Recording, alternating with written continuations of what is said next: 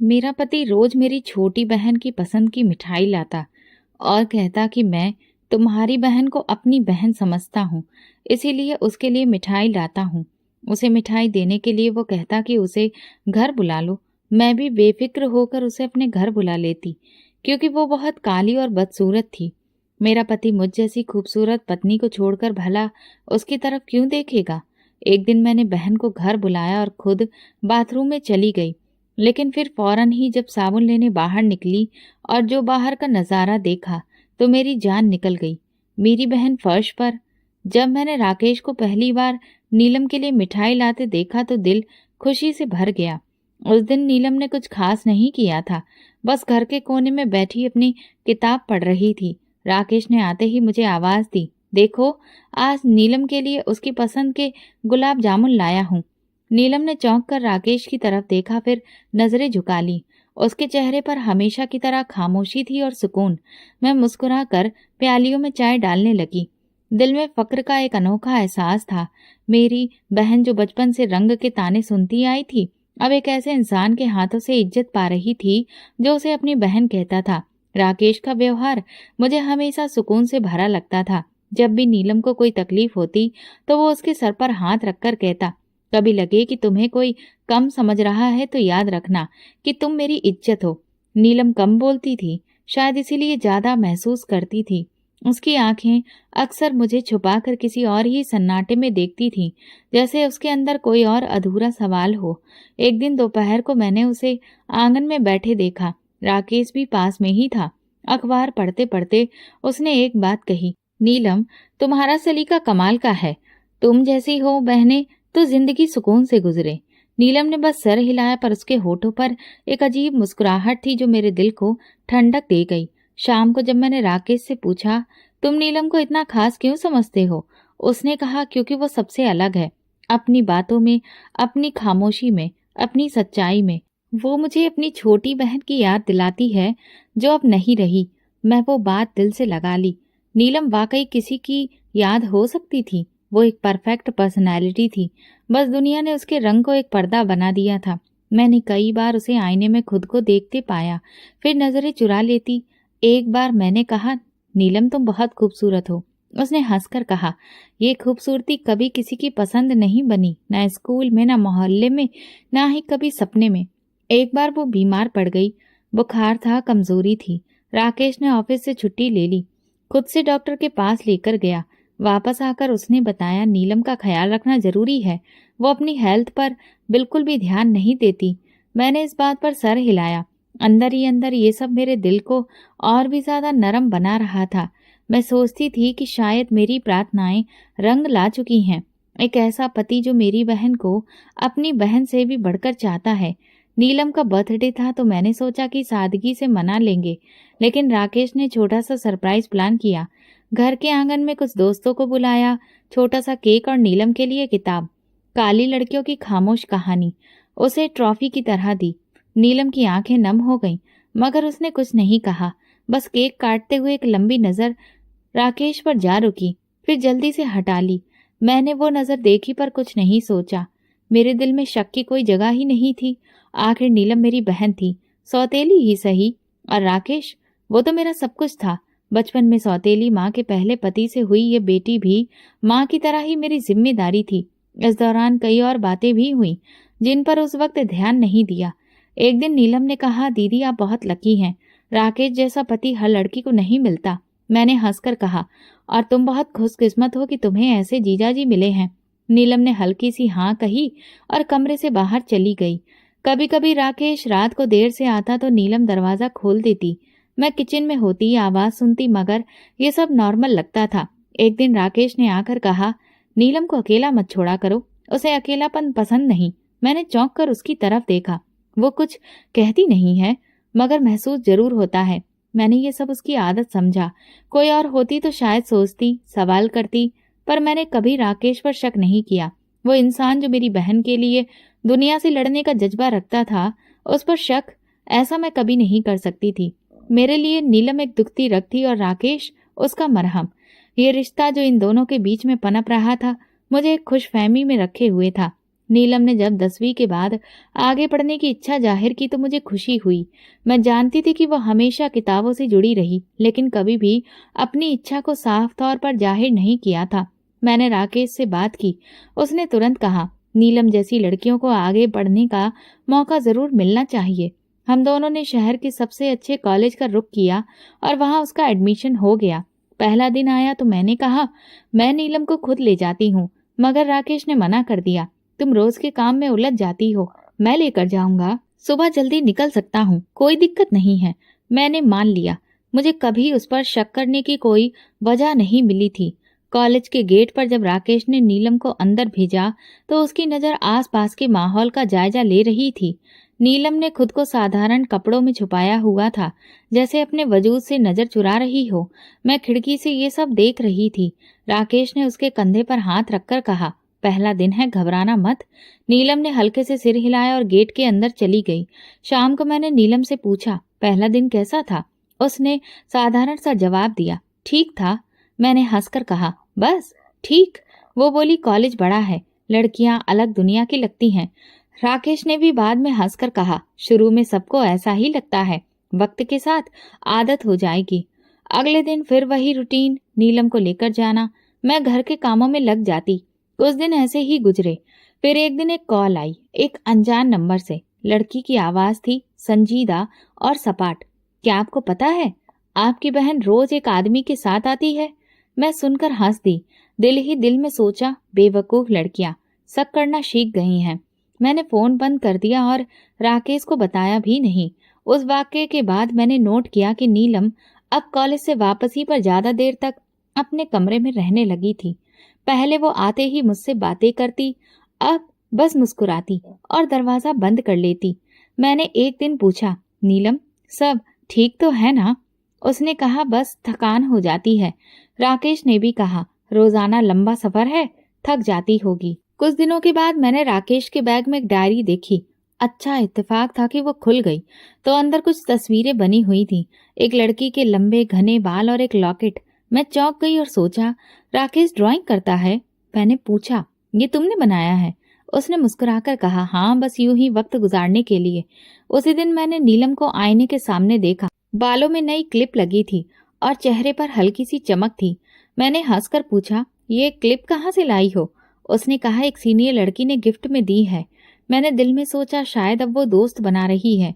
मगर अगले दिन मैंने वही क्लिप राकेश की गाड़ी में देखी, सीट के नीचे गिरी हुई। मैंने फिर भी खुद को समझाया, कई चीजें इत्तेफाक से भी हो सकती हैं। पर फिर छोटी छोटी बातें जुड़ने लगीं। एक दिन मैंने नीलम के बैग में एक लेटर पाया, बिना नाम का। बस इतना लिखा था, तुम्हारी जो खामोशी है वो मुझे जकड़ लेती है। मैंने सोचा ये किसी पहचान वाले ने लिखा होगा, मगर नीलम से पूछा, ये लेटर किसने दिया? उसने परेशान होकर कहा, पता नहीं, मेरी किताब में रखा हुआ मिला। मैंने बात छोड़ दी, पर मेरे मन में बीज बो चुका था। कुछ दिन बाद नीलम के कॉलेज में एक फंक्शन था। मैंने जाने की इच्छा जाहिर की, पर राकेश ने कहा, मुझे पता है कि तुम्हें भीड़ भाड़ पसंद नहीं है, मैं साथ में चला जाऊंगा। नीलम खामोश रही। मैंने बस सिर हिला दिया। जब वो दोनों वापस आए, नीलम के चेहरे पर हल्की सी चमक थी। उसने मुझे बताया, फंक्शन अच्छा था लेकिन म्यूजिक बहुत तेज था। राकेश बोला, नीलम ने वहां एक कविता भी सुनाई, सबने खूब तारीफ की। मैंने पूछा, तुमने कभी बताया ही नहीं कि तुम कविताएं भी लिखती हो? नीलम ने नजरें चुराई, बस यूं ही कभी कभार। इस समय वो पहली फोन कॉल बार बार मेरे मन में घूमती रही और अब मुझे हंसी नहीं आती थी, बस खामोशी छा गई थी। नीलम की बदलती हुई आदतें मेरे सामने आने लगी थीं। जो कभी आईने से नजरें चुराकर गुजरती थी, अब रोज शाम के वक्त खामोशी से ड्रेसिंग टेबल के सामने खड़ी हो जाती। मैं कभी कभी दरवाजे से झांकती तो देखती कि वो लिपस्टिक लगा रही होती, हल्की सी। कई बार वो कोई छोटा सा लॉकेट पहन लेती जो उसकी गर्दन पर चमकता रहता। बालों में खुशबू और चेहरे पर वो परछाई जो पहले कभी नहीं देखी थी।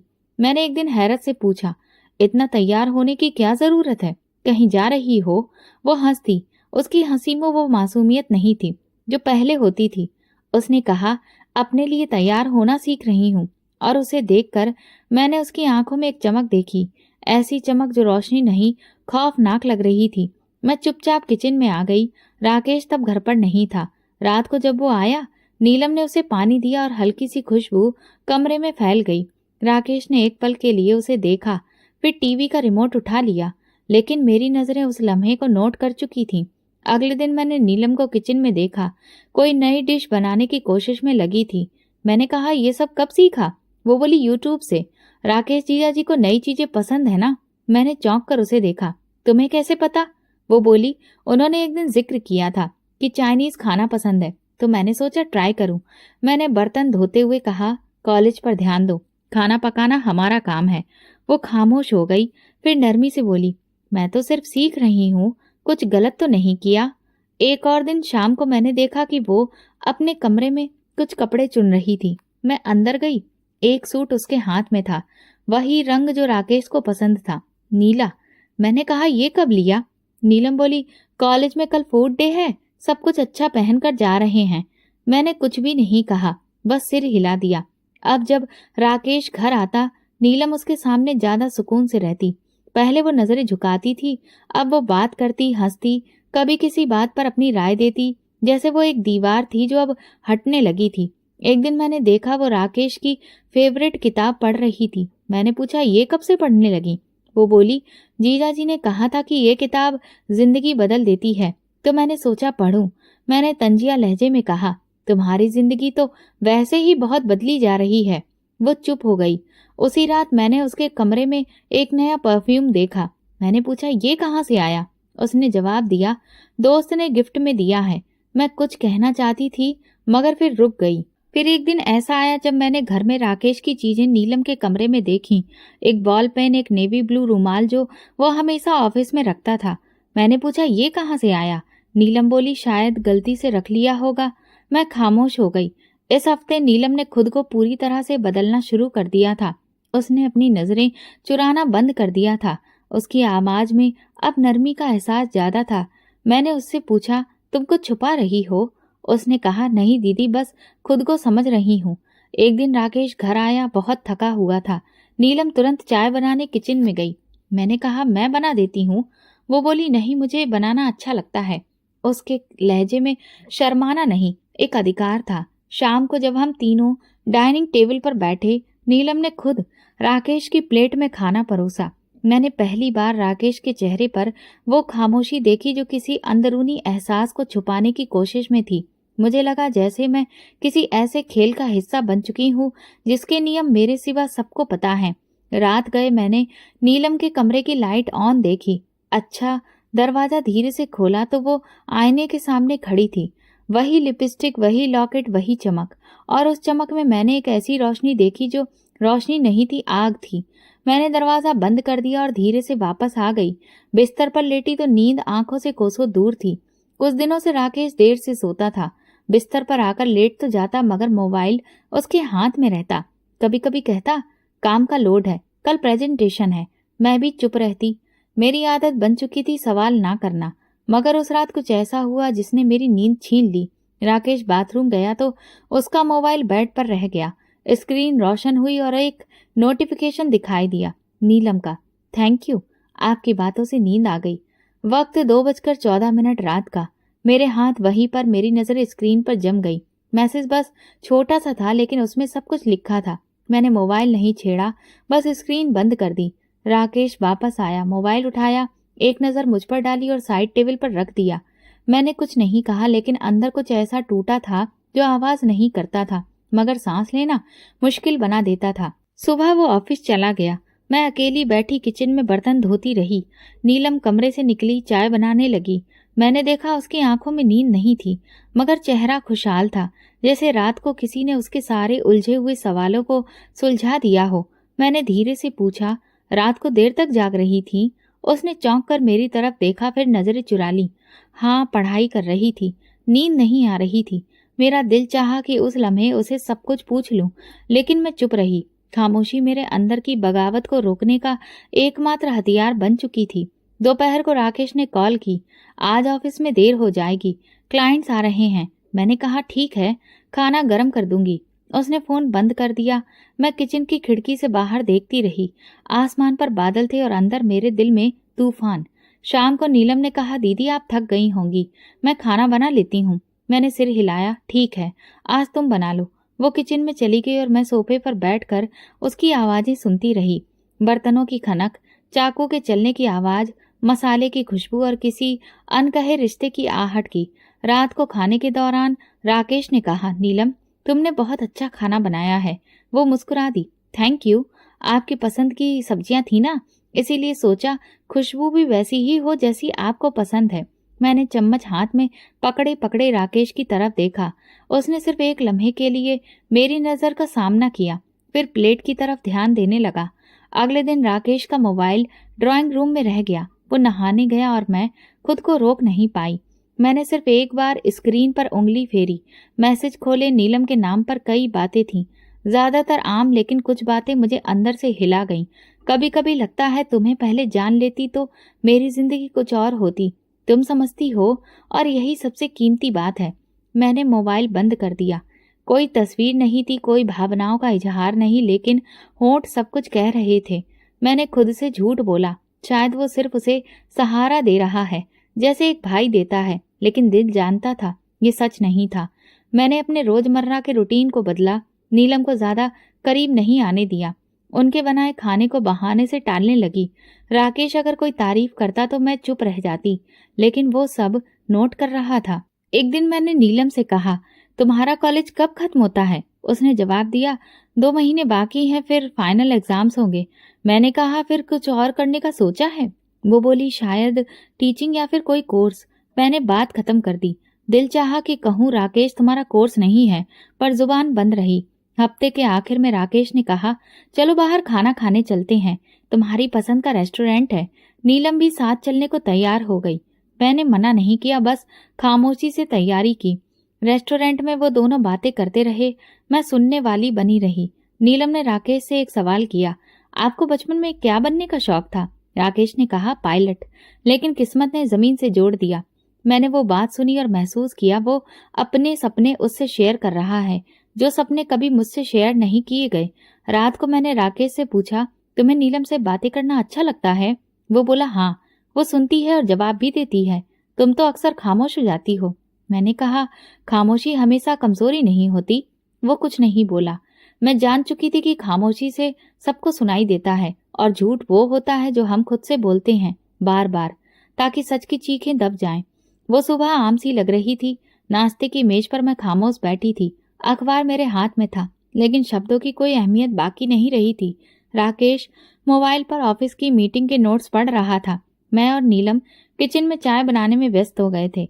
मैं सब कुछ देख रही थी, सुन भी रही थी, लेकिन अब महसूस होना कम हो गया था। नीलम ने कप में चाय डाली, साइड टेबल पर रखी चीनी की शीशी से चीनी ली और चुपचाप प्याली राकेश के सामने रख दी। राकेश ने मोबाइल नीचे रखा, चाय को धीरे से उठाया। उसकी नजरें नीलम पर टिक गईं। नीलम ने नजरें झुका ली, मगर उस लम्हे की खामोशी मेरे दिमाग पर हथौड़ी की तरह पड़ी।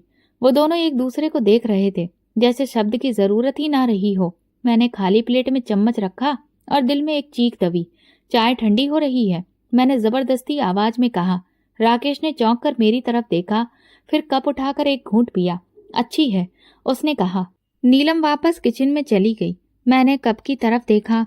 चाय की खुशबू साधारण थी, लेकिन उस लम्हे का जायका मेरे गले में अटक गया था। शाम को मेहमान आने वाले थे। मैंने नीलम से कहा, किचन में थोड़ा हाथ बटा देना, दोपहर से सिर दर्द कर रहा है। उसने तुरंत चूल्हा संभाल लिया। सब्जी काटने लगी। काम के दौरान राकेश आया और नीलम से पूछा, पिछले हफ्ते की फिल्म देखी तुमने? उसने हंसकर कहा, नहीं, दीदी ने टीवी पर चैनल ही बदल दिया था, मैं पूरी नहीं देख सकी। राकेश ने मेरी तरफ देखा, कभी उसकी पसंद का भी कुछ लगा दिया करो। मैंने नजरें चुरा ली। अब राकेश मुझे नसीहतें देने लगा था। रात गए, सब सोने चले गए। मैं उठकर पानी पीने किचन में आई तो देखा नीलम किचन साफ कर रही थी। मैंने पूछा, इतनी रात गए?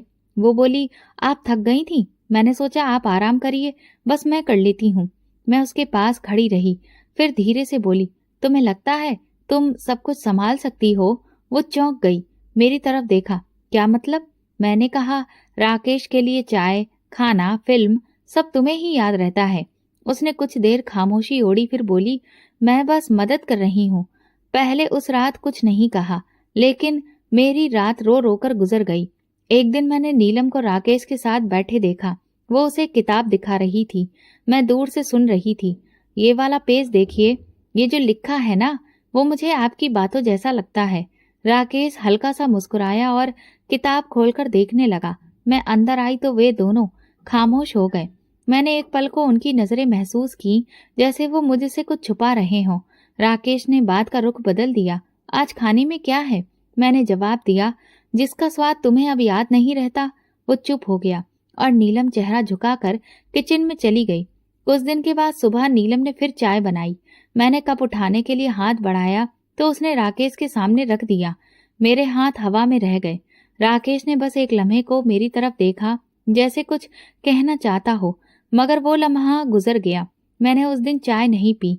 वो लम्हा मेरी जुबान से नहीं, मेरे दिल से निकल चुका था। खामोश चाय मेरे सब्र की आखिरी कड़ी थी। मैंने बहुत दिनों से किसी से दिल की बात नहीं की थी। अंदर ही अंदर सब सहती जा रही थी, जैसे खामोशी मेरे वजूद का हिस्सा बन गई हो। लेकिन उस दिन जब सोनिया मिली, उसकी आंखों में एक अलग ही सवाल था। हम कॉफी शॉप पर बैठे थे, पर मेरी नजरें बार बार मोबाइल पर जा रही थीं। राकेश ने निकलते वक्त कहा था, नीलम को कॉलेज से लेते हुए कुछ मिठाई लेते आऊंगा। उसकी तबीयत आज कुछ बोझिल सी थी। सोनिया ने कॉफी का घूंट लिया, फिर बोली, तुम्हारा पति रोज मिठाई लेकर आता है ना? तुम्हारी बहन के लिए? मैंने सर हिलाया। हाँ, वो कहता है नीलम को मीठा पसंद है। सोनिया ने आईब्रो चढ़ाई। बस इसीलिए?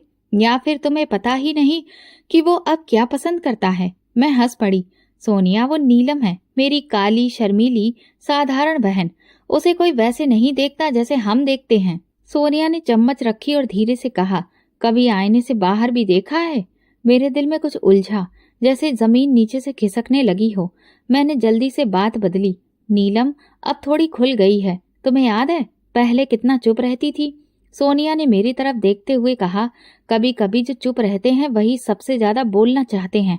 सिर्फ सुने जाने की देर होती है। मैंने कॉफी का कप हाथ में लिया, लेकिन होठों तक नहीं ले जा सकी। अंदर कोई बात गर्दिश कर रही थी, एक सवाल जो मैं खुद से भी पूछने से डरती थी। घर वापस आई तो राकेश और नीलम आंगन में बैठे थे। राकेश कुछ समझा रहा था, शायद उसके नोट्स का कोई हिस्सा, और नीलम खामोशी से सुन रही थी। मैंने कप धीरे से रखा, लेकिन दोनों ने मुझे आते देखा और बात रोक दी। राकेश ने कहा, नीलम का वाइवा होने वाला है, मैं कुछ तैयारी करवा रहा था। नीलम ने नजरें झुका ली। मैंने कहा ठीक है, और अंदर चली गई। कमरे में आकर मैंने आईना देखा। मेरे चेहरे पर वो सुकून नहीं रहा था जो कभी हुआ करता था। एक औरत अपने चेहरे पर थकान, धोखा, झूठ सब पढ़ सकती है, अगर वो खुद को पढ़ने की हिम्मत रखे। अगले दिन नीलम किचन में थी। मैंने उससे कहा, आज तुम्हारा पेपर था? नीलम ने कहा, हाँ। ठीक हो गया? मैंने पूछा, राकेश लेकर गया था? वो रुकी, फिर धीरे से बोली, हाँ, उनका ऑफिस भी उसी तरफ था तो साथ चले गए। मैंने कुछ नहीं कहा। उसी दिन शाम को मैंने जानबूझकर नीलम के कमरे का रुख किया। दरवाजा खुला था। वो टेबल पर बैठी कोई कार्ड बना रही थी। मैंने कहा, ये क्या है? वो चौंक गई। बोली, बस ऐसे ही बोर हो रही थी तो सोचा कुछ क्रिएटिविटी कर लूं। मैं करीब गई और देखा कार्ड पर लिखा था, कभी कभी किसी की मौजूदगी किसी कीमती चीज से ज्यादा कीमती होती है। मैं खामोशी से पलट गई। उसी रात राकेश ने कहा, नीलम की तबीयत कुछ दिनों से डाउन है, उसे बाहर ले जाना चाहिए, कुछ फ्रेश हवा मिलेगी। मैंने सिर हिलाया। ले जाओ, तुम्हारी समझदारी पर अब मुझे शक नहीं रहा। राकेश ने चौंक कर मेरी तरफ देखा, लेकिन कुछ बोला नहीं। नीलम दरवाजे के पास खड़ी सुन रही थी। मैंने देखा उसके चेहरे पर कोई भाव नहीं था। शायद वो अब जान चुकी थी कि मैं सब जान गई हूँ।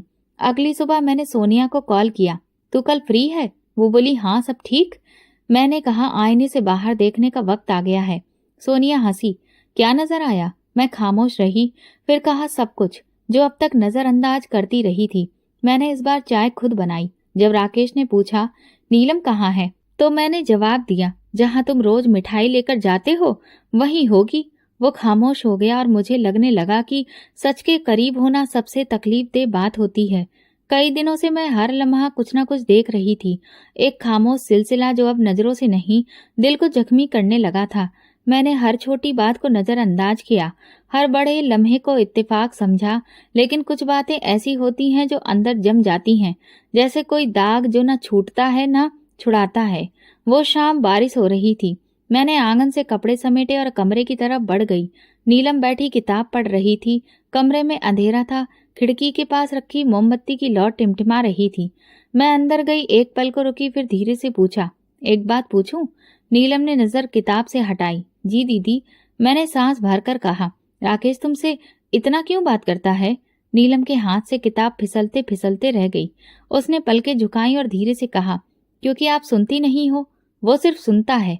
उसके शब्द मेरी हड्डियों में सनसनाहट बनकर उतर गए, जैसे किसी ने मेरी हंसती हुई खामोशी को नोचकर बाहर फेंक दिया हो। कमरे में एक पल को खामोशी छा गई। मैं उसके चेहरे की तरफ देखती रही। आंखों में नमी थी, लेकिन शर्मिंदगी नहीं। वो नजरें नहीं चुरा रही थी, जैसे उसने कुछ छुपाने की कोशिश नहीं की थी। मैं पलटकर बाहर आ गई। दिल जैसे सीने में नहीं, पैरों में धड़कने लगा था। अगले दिन राकेश जल्दी घर आ गया। नीलम लॉन्ज में मौजूद थी। उसने कहा, आपको ऑफिस से छुट्टी मिल गई? राकेश हंसा। आज दिल नहीं लग रहा था। सोचा कि तुम लोगों के साथ वक्त गुजार लूं।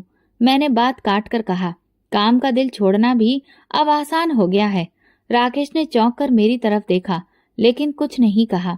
नीलम ने खामोशी से पानी का गिलास लाकर टेबल पर रख दिया। राकेश ने गिलास उठाया और एक लम्हे के लिए नीलम की तरफ देखा, फिर धीरे से कहा, थैंक यू। मैंने बोला, अभी नोट किया, अब हर चीज मेरे लिए नई तरह से मायने रखती है। पानी देना, आंख मिलाना, खामोशी में बात करना, सब कुछ जहर लगने लगा है। शाम को मैंने जानबूझकर राकेश के सामने नीलम की तारीफ की। नीलम बहुत समझदार हो गई है, हर काम खुद सीख रही है, हर वक्त हाजिर। राकेश ने सिर हिलाया। हाँ, उसके जैसा ध्यान रखने वाला कम ही होता है। मैंने सवालिया नजरों से उसकी तरफ देखा।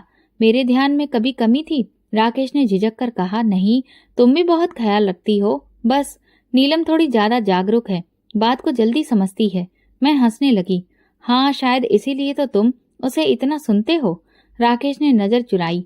नीलम किचन से निकल रही थी। उसके कदम एक लम्हे को रुके, मगर फिर वो बिना कुछ कहे अपने कमरे में चली गई। उसी रात मैंने नीलम को उसके कमरे में बुलाया। वो आई, चेहरा उतरा हुआ था, आंखें लाल। मैंने कुर्सी की तरफ इशारा किया, बैठो। नीलम बैठ गई। मैंने दोबारा वही सवाल दोहराया, मगर इस बार लहजे में कठोरता थी। राकेश तुमसे इतनी बातें क्यों करता है? नीलम ने दोबारा पलकें झुकाई, हाथ कांप रहे थे। फिर धीरे से बोली, क्योंकि वो सुनते हैं। मैं बात करती हूँ और वो सुनते हैं। मैंने टेबल पर रखा गिलास जोर से दबाया। और क्या मैं कुछ नहीं सुनती? क्या मैं सिर्फ काम करने वाली हूँ? नीलम ने एक पल को मेरी तरफ देखा, फिर धीरे से कहा, नहीं दीदी, आप सुनती नहीं, सिर्फ जवाब देती हैं। वो खामोशी में भी जवाब देता है। मेरी सांसें उखड़ने लगीं। मैं कुछ बोल ही ना सकी। नीलम खामोशी से उठी, दरवाजे की तरफ बढ़ी और जाते जाते बोली, मैंने कुछ नहीं मांगा, बस जो सुना वही अच्छा लगा। मैं उसे जाते हुए देखती रही। उसकी कमर सीधी थी, चेहरा सुकून से भरा था, लेकिन आंखें भीगी थीं। मैंने वहां की हर चीज को देखा। उसे शर्म नहीं, सिर्फ दुख था। किसी के लिए वो आवाज हो सकती है, पर मेरे लिए वही लम्हा कयामत था। सुबह मैंने नीलम को आवाज दी, किचन में सामान देख लेना, मैं नहा कर आती हूँ। वो कमरे में कुछ लिख रही थी। बिना देखे मेरी तरफ बढ़ी। ठीक है दीदी, आप फिक्र ना करें। मैं बाथरूम में गई, पानी चलाया, तौलिया और शैम्पू उठाया, लेकिन जैसे ही साबुन खत्म हुआ, मैं तौलिया लपेटकर बाहर निकली। दरवाजा खुला और फिर जो नजारा देखा, मेरी आत्मा जैसे शरीर से निकल गई हो। सामने लॉन्च के पास नीलम बैठी थी। उसकी आंखों में नमी थी, होंठ कांप रहे थे, और राकेश उसके सामने झुका हुआ था। राकेश ने झटके से गर्दन मोड़ी, मुझे देखा और फौरन सीधा हो गया। नीलम के हाथ कांप रहे थे।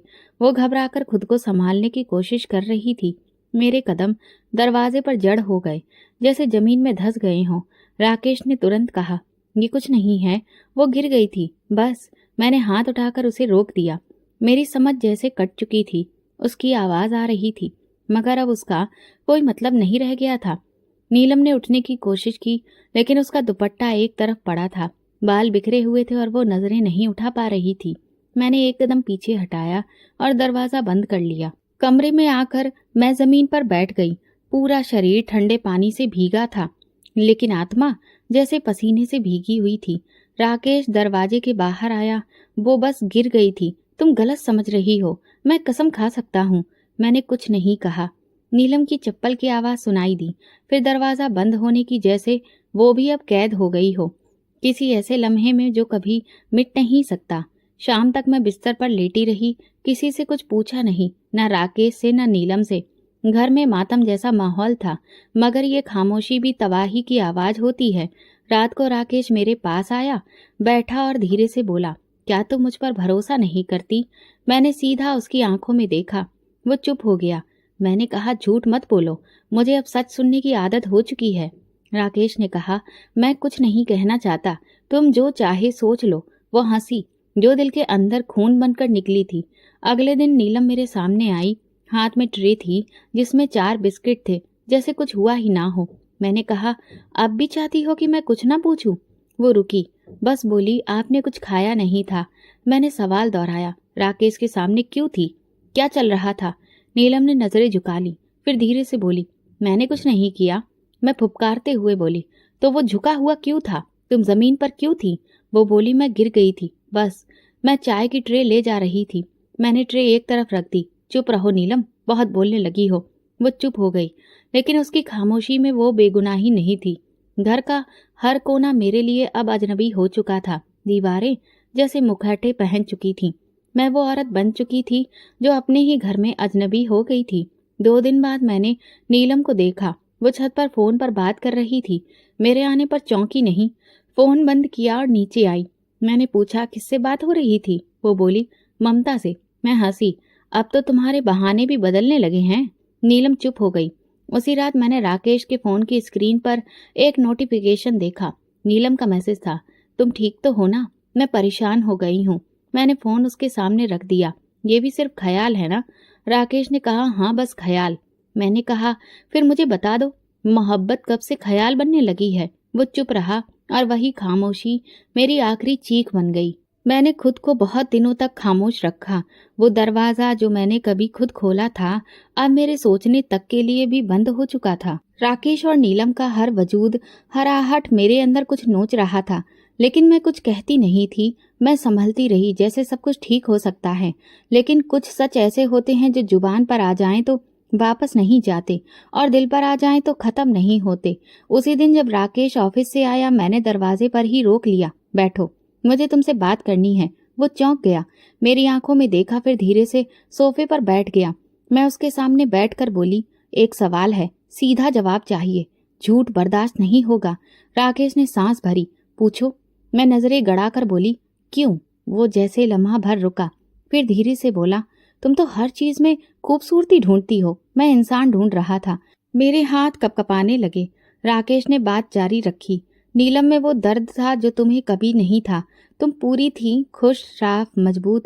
नीलम टूटी हुई थी, बिखरी हुई। मैं उसे जोड़ने लगा और फिर शायद उसमें खुद को देखने लगा।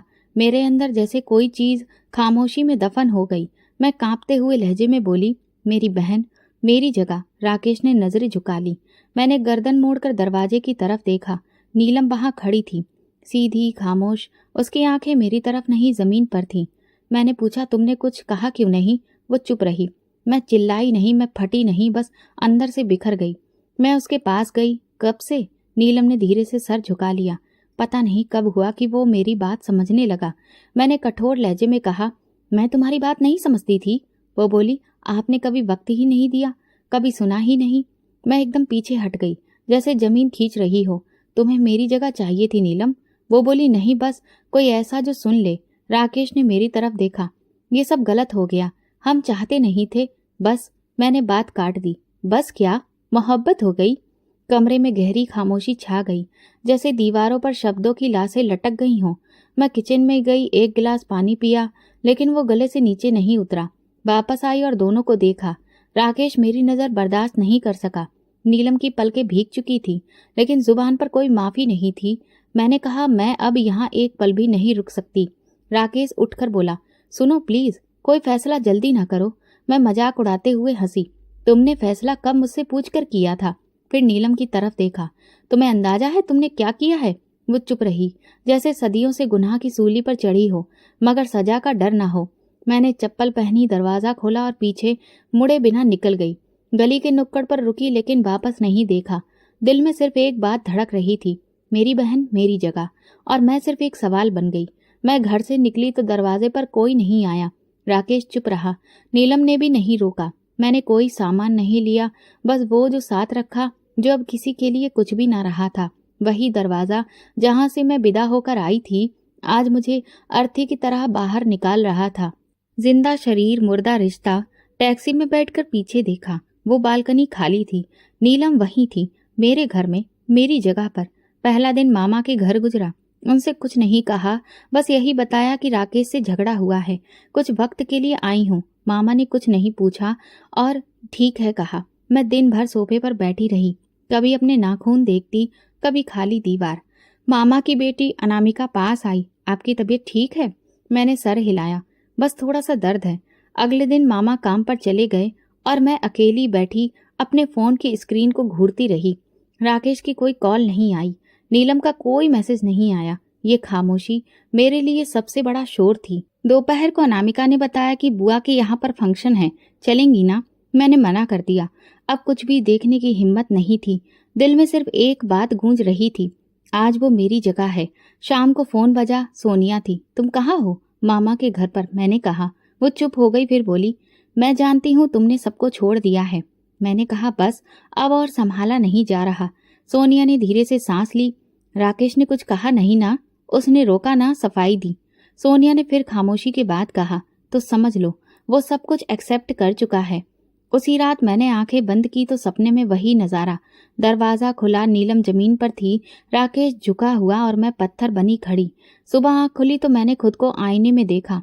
चेहरा उतरा हुआ, आंखें लाल, बाल बिखरे हुए और दिल बिल्कुल खाली। 3 दिन गुजर गए, ना कोई कॉल ना कोई बात। चौथे दिन माँ ने प्यार से पूछा, बेटा घर वापस जा रही हो? मैंने धीरे से जवाब दिया, घर अब किसी और का हो चुका है। मामा कुछ न समझे लेकिन चुप हो गए। मैंने फोन निकाला, राकेश का नंबर देखा लेकिन कॉल नहीं की। फिर नीलम का नंबर देखा, उसकी प्रोफाइल तस्वीर अब बदल चुकी थी। एक गार्डन में जिसमें एक काली चिड़िया बैठी थी। मैं हंसी, एक काली चिड़िया जो किसी और की छत पर बसेरा कर चुकी थी। मैंने उसे मैसेज किया, कैसी हो? 2 घंटे तक कोई जवाब नहीं आया। मैंने दूसरा मैसेज किया, तुम जानती हो मैं तुम्हें माँ बाप की निशानी समझती थी। अब की बार भी खामोशी। कुछ दिनों बाद एक पुरानी पड़ोसन का फोन आया, बेटा तुम्हें पता है ना नीलम अब राकेश के साथ हर जगह जाती है? मैंने कहा हाँ जानती हूँ। पड़ोसन ने तभी जुबान खोली, कल वो अस्पताल गई थी, शायद किसी चेकअप के लिए। मैंने फोन बंद कर दिया। अगर वो माँ बनने वाली है तो क्या मैं वही औरत हूँ जिसकी जगह अब कोई और जिंदगी जी रही है? मैं सोफे से उठी, पर्दा हटाया। बाहर बारिश हो रही थी। हर कतरा जैसे मुझसे कह रहा हो सब कुछ लुट गया। अब मैं हर रात एक ही सपना देखती हूँ। दरवाजा खुलता है, नीलम सामने खड़ी होती है, राकेश उसके साथ और मैं वहीं अकेली। इस लम्हे में कैद। दरवाजे खुलते हैं, बंद होते हैं, रिश्ते उतर जाते हैं और जगह भर जाती है, लेकिन कुछ खालीपन उम्र भर साथ रहता है। अदालत की इमारत के अंदर सब कुछ नियम के हिसाब से लग रहा था। एक टेबल, 2 कुर्सियां और दीवार पर टंगी एक घड़ी जो शायद मेरी जिंदगी की आखिरी घड़ियां गिन रही थी। मैं खामोश बैठी थी। वकील ने सारे कागजात मेरे सामने रखे, एक कलम मेरे हाथ में दी। मैंने कलम को देखा जैसे उसके जरिए कोई रिश्ता तोड़ने जा रही हूँ, जो कभी सपना था, कभी हकीकत और अब सिर्फ एक बोझ। राकेश मेरे बाईं तरफ कुर्सी पर बैठा था। उसके चेहरे पर कोई भी भाव नहीं था, न परेशानी न पछतावा। जज ने पूछा, कोई वजह? मैंने कुछ पल सोचा, लेकिन जुबान पर सिर्फ एक सादा सा जुमला आया, कुछ रिश्ते शब्दों के काबिल नहीं होते। जज ने सिर हिलाया और साधारण शब्दों में कहा, तलाक मंजूर किया जाता है। बस इतना ही, ना कोई बवाल, ना सफाई, ना सवाल। राकेश ने एक बार भी मेरी तरफ नहीं देखा। वो उठा, अपने कागज पकड़े और जैसे किसी ऑफिस से फाइल लेकर बाहर निकल जाता है वैसे ही निकल गया। मैं वहीं बैठी रही, कुछ देर सोचती रही, क्या यही अंजाम था? शायद हाँ, या शायद मैंने बहुत देर कर दी। बाहर जाकर आसमान देखा, साफ था, लेकिन दिल में बादल थे। मैंने रिक्शे पर बैठकर वापस मामा के घर आई। रास्ते में बार बार मोबाइल की स्क्रीन चेक की, कोई नोटिफिकेशन नहीं था, ना राकेश की तरफ से ना नीलम की तरफ से। बस एक सन्नाटा था जो अब मेरा साया बन चुका था। उसी रात मैंने नीलम को एक आखिरी मैसेज किया, मैं आजाद हो चुकी हूँ, तुम्हारे लिए अब कोई रुकावट नहीं रही, खुश रहो। मैसेज डिलीवर हुआ लेकिन रीड नहीं। अगले दिन तक कोई जवाब नहीं आया। चौथे दिन मैंने उसका स्टेटस देखा, नया था, एक खूबसूरत रंग और कैप्शन, नई शुरुआत। मेरे हाथ से मोबाइल छूटते छूटते बचा तो ये उनके लिए नई शुरुआत थी और मेरे लिए बस एक अंत, बिना आवाज, बिना अधिकार। मैंने सोनिया को बताया तलाक हो गया है। वो बोली मैं आ रही हूँ। 2 घंटे बाद वो मेरे सामने बैठी थी, मेरे हाथों को पकड़कर बोली तुमने बहुत हिम्मत दिखाई है। मैंने कहा हिम्मत नहीं, सिर्फ बर्दाश्त खत्म हो गई थी। उसने धीरे से पूछा अब क्या सोचा है? मैंने जवाब दिया कुछ भी नहीं, अब सोचने के लिए कुछ बचा ही नहीं। अगले दिन मामा ने मुझसे कहा बेटा चाहो तो कहीं नौकरी कर लो, वक्त कट जाएगा। मैंने हाँ कर दी। एक छोटे से स्कूल में पढ़ाने की नौकरी मिल गई। बच्चे मासूम होते हैं, उनके चेहरों पर कोई धोखा नहीं लिखा होता। मैं रोज बच्चों को पढ़ाती, शाम को घर आती और रात को खुद से सवाल करती किसकी गलती थी। एक दिन स्कूल में एक बच्ची ने पूछा मिस अगर किसी का दिल टूट जाए तो क्या वो ठीक हो सकता है? मैं मुस्कुराकर बोली ठीक हो सकता है, लेकिन वो पहले जैसा नहीं रहता। शाम को घर आकर मैंने मोबाइल चेक किया। नीलम का मैसेज अभी भी सीन में था, लेकिन कोई जवाब नहीं। मैंने एक आखिरी संदेश भेजा, काश तुम्हें एक बार बता पाती कि सब कुछ क्यों किया मैंने। शायद तुम माफ ना कर पाती, मगर समझ जरूर लेती। मैसेज फिर इग्नोर कर दिया गया, जैसे कुछ हुआ ही ना हो। मैंने एक नया फोन नंबर लिया, पुरानी यादें डिलीट कर दी, राकेश की तस्वीरें, मैसेज, वॉइस नोट्स, सब। लेकिन दिमाग से वो नजारा नहीं जाता, वो दरवाजा, वो दोनों और मेरी खामोशी। अब मैं खुद को नहीं रोकती, बस रात को सपने में दरवाजे खोलती हूँ और हर बार वही नजारा देखती हूँ। अदालत में जो जुबान बंद थी वो दिल आज चिल्ला रहा है, मगर कोई सुनता ही नहीं, क्योंकि कुछ रिश्ते सच में शब्दों के काबिल नहीं होते। आज भी जब किसी महफिल में बैठती हूँ, कोई जुमला कहीं न कहीं सुनाई दे ही जाता है। कई लड़कियां तो दिखने लायक भी नहीं होती, कोई मजाक में कह दे या तंज में, मगर मेरे दिल पर छुरी चल जाती है। मेरे अंदर कुछ तड़प उठता है, क्योंकि मुझे तो वही काली लड़की ले डूबी, वही जो मेरी बहन थी, वही जिसे मैं हमेशा अपनी छांव के नीचे छुपाती रही और अंदर ही अंदर बदसूरत समझती रही। मैं अक्सर सोचती हूँ क्या वाकई मैंने हमेशा उस पर तरस खाया, कभी गर्व नहीं किया, हमेशा यही समझा कि मैं खूबसूरत हूँ, इसीलिए राकेश मेरा है। कभी सोचा भी नहीं था कि राकेश की नजर उस पर भी जा सकती है, एक काली खामोश साधारण लड़की पर। लेकिन उसके पास शायद वो चीज थी जो मेरे पास नहीं थी, दिल। और राकेश शायद वही दिल देखने निकला था जो मैं कभी देख ही ना सकी। आज आईने में खुद को देखती हूँ तो वो चमक जो कभी मेरी ताकत थी अब नफरत बन गई है। ये आंखें, ये रंगत, ये निखरा चेहरा सब खाली लगते हैं, क्योंकि ये सब किसी को बांध ना सके और जो सच था वो मैं कभी जान ना पाई।